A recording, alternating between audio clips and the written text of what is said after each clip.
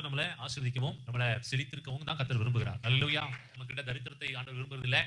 ஆண்டவர் நம்மளை ஆசீர்வதிக்கவும் நம்முடைய சந்ததிகளையும் பலப்படுத்த ஆமென். செம்மையானுடைய வம்சமும் என்ன செய்யப்பட்டிருக்கும், நம்முடைய ஜெனரேஷனை ஆண்டவர் எப்படி வைத்திருப்பார்.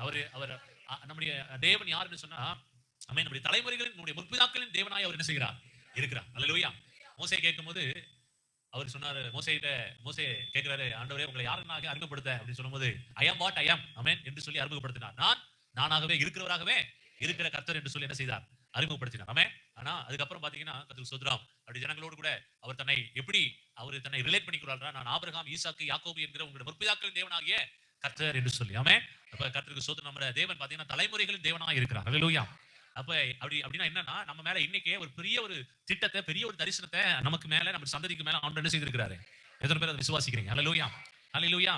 God have a bigger and better plan for us. Amen.